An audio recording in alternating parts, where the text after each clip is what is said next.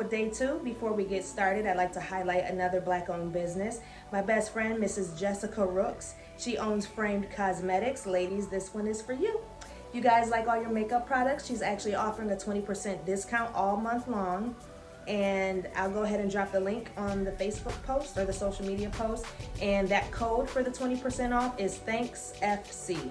So, topic of discussion for day 2 is what is credit and why do we need it? So in case you guys were wondering, credit, or our credit in particular, is pretty much how lenders look at us. You know, are we worthy of having credit? Do they see us as a little risky? Or are we someone they can trust to actually repay them and stick to the terms of the contract?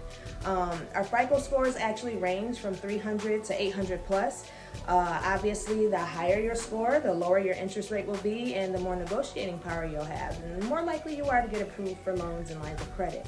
Obviously, the lower our scores are, the higher our interest rates are, the more likely we are to get denied for credit and have pretty hard time trying to get where we want to go in life.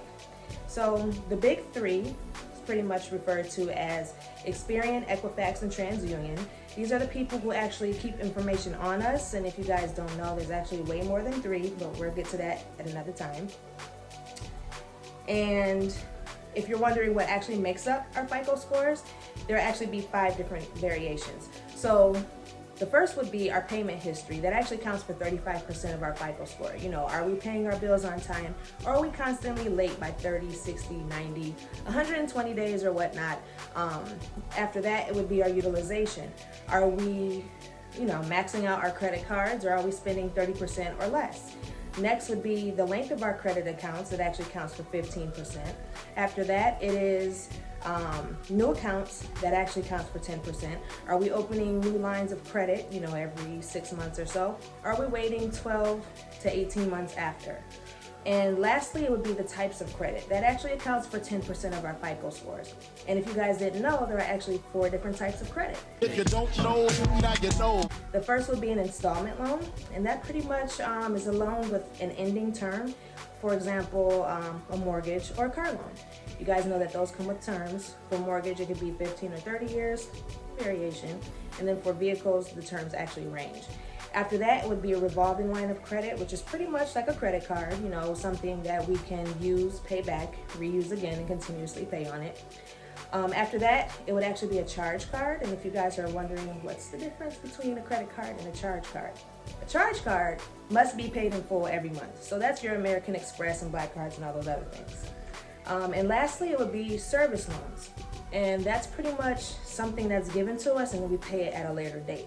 So if you're wondering what that could be, it would pretty much be our lights, gas, cell phone, water bill, internet, cable. All of those things are actually service charges, or service loans, I'm sorry. And now if you're wondering, well, why do we need credit? Because I know there's some people out there, I don't need credit, I buy cash for everything. Good for you. However, you're failing.